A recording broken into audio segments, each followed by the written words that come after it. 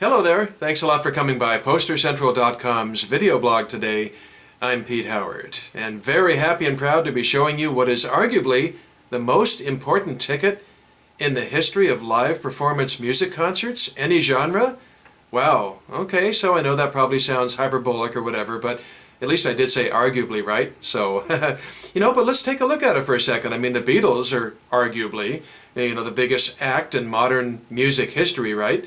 And you've got, Elvis Presley, Frank Sinatra, Louis Armstrong, but, I think they take the crown. So if you've got the Beatles, this is unarguably the biggest night of their career concert-wise. Just spectacular. Shea Stadium, 1965, everybody admits was the absolute pinnacle. 55,000 fans, and it could have sold out 10 times over. It was just an absolutely amazing event. And then you've got scarcity on the side of this ticket because tickets were in such demand that, almost all of them were used unless somebody got like really sick at the last second and didn't have time to contact a friend or something like that. Matter of fact, even this one I'm showing you today was used. Believe it or not, that's right. I got this ticket directly from a man who was a binoculars vendor on the same level as this ticket at Shea Stadium for the Beatles concert. So he just had to show up with all of his equipment and binoculars and everything, and they let him in, of course. But he had gotten this ticket for his girlfriend to come in with him, again sitting right near his binocular stand. Well, when they went in, the ticket taker wasn't thinking and just tore it in half of the perforation, but then quickly handed it back to her and said, "Oh, I shouldn't have done that. You're part of the vendor scene, so just come on in." Well, being a Beatle fan, she kept both halves, which is really nice. And then half a century later, I had a poster restoration expert carefully attach the two again with, all kinds of special museum quality tape on the back that you can't really see, so that's nice. But, most of these things were, torn in half at the perforation, leaving only the half with the Beatles picture on there, and that's known as a Shea 65 ticket stub. And I've blogged that before. Here it is as a refresher. And it's a darn nice stub. It's one of the best in the hobby because, there are the four Beatles smiling away. I mean, boy, that's just really a sweet thing.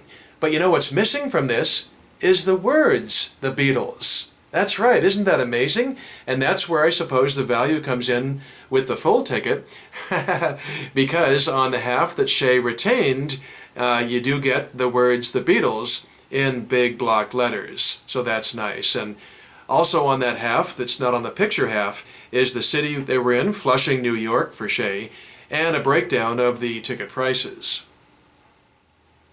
And here's a better look at that half, if you will. It does say Shea Stadium, Flushing, New York, Sid Bernstein Presents, which is kind of funny because that's on both halves of the ticket, Sid Bernstein Presents, and the Beatles' name is only on one half. But of course, the other half has their pictures, so that's just as good.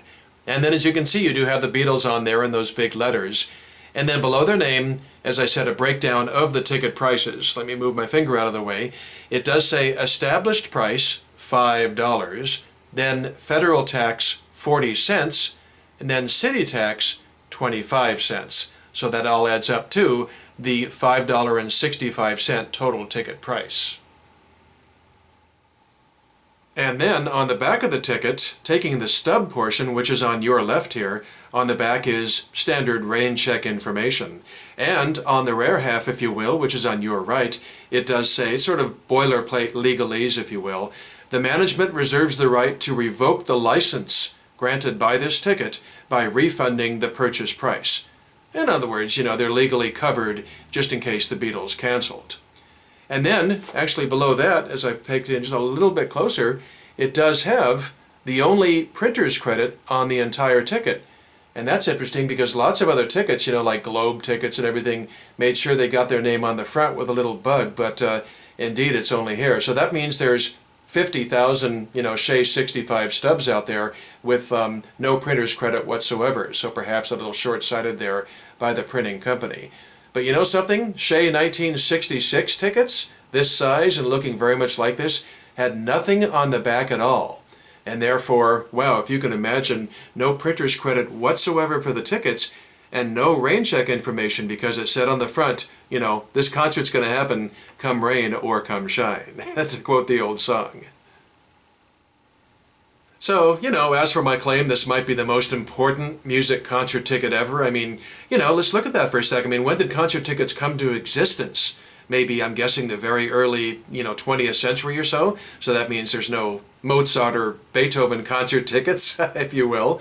And in the 20th century, you had Louis Armstrong, who, is considered by many the most important musician that America ever produced. But I can't think of a really, the Hot Fives and stuff was great in the 1920s, but I don't think there's a real key date for Louis, to carry the weight and gravitas of a ticket like this. Same thing with Billie Holiday, 1930s Harlem and everything. Most of them were club dates, no tickets. Duke Ellington, no real strong one date. Somebody who did have that, though, was Hank Williams. My goodness, obviously Jan 1st of 1953 in Canton, Ohio. But, I've seen posters and handbills and stuff, but never a ticket stub even. So I'm guessing they didn't make them, but I'm not sure about that. How about Buddy Holly's ill-fated Winter Dance Party in 1959? Well, once again, never ever a ticket stub from any stop on the tour, so I don't believe they made them, and I'm like 99.9% sure they didn't make them for February 2nd of 59 in Clear Lake, Iowa, his last show. Then, of course, you have Dylan going electric in July 1965 at the Newport Folk Festival, very important date in music history, but those tickets just say Newport Folk Festival. They don't have any performers' names on there, so that really weakens the appeal of that one. And you've got the Stones and Janis Joplin, Jimi Hendrix, I don't know about a magic date. Woodstock, certainly. Wow, the weekend of Woodstock, I mean, that changed everybody's lives. That was massively important. But the tickets are everywhere because, they broke down the gates and people just rushed in. So there's unused tickets everywhere, so there's no scarcity with Woodstock tickets. When they talk about the entertainer of the century, for the 20th century, three names come up most commonly: Frank Sinatra, Elvis Presley, and the Beatles. So, this Beatles ticket, well, Sinatra, again, no key date I can think of, just obviously a great entertainer. But Elvis, well, maybe how about the very first time he ever stepped on a concert stage? That'd be pretty hot potatoes. That would rival this one for most important ticket ever. And boy, do I have a tease for the end of this video that's unparalleled in all of my video blogging. This is the ticket from the very first time Elvis ever stepped on a concert stage, July 30th of 1954, as the opening act for Slim Whitman in Memphis, Tennessee. This thing is so heavy in great collector's value and stuff, I'm going to separately blog it before long and put it up on my video blog. But today it's about the Beatles, the Fab Four, and their large ticket from Shea 1965. Pretty much considered the most, dramatic, exciting, and groundbreaking rock concert in history. So here's a full ticket. Thanks a lot for stopping by today. Have yourself a good day, and we'll see you again soon. Bye-bye.